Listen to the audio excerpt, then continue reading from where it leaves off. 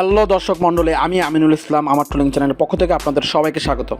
আজকে আমি দেখাবো ইনস্টাগ্রামের কন্ট্রাক্ট সিঙ্কিংটা কী, এটা কীভাবে ইউজ করবেন এবং এটা কীভাবে টার্ন অন টার্ন অফ করবেন।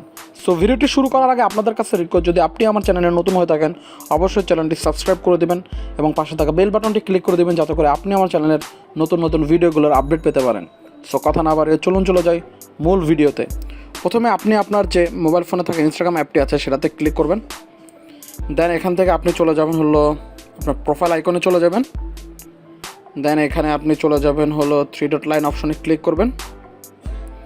দেন এখান থেকে আপনি চলে যাবেন হলো সেটিংস অপশনে ক্লিক করবেন। দেন এখানে চলে যাবেন হলো অ্যাকাউন্টে ক্লিক করবেন।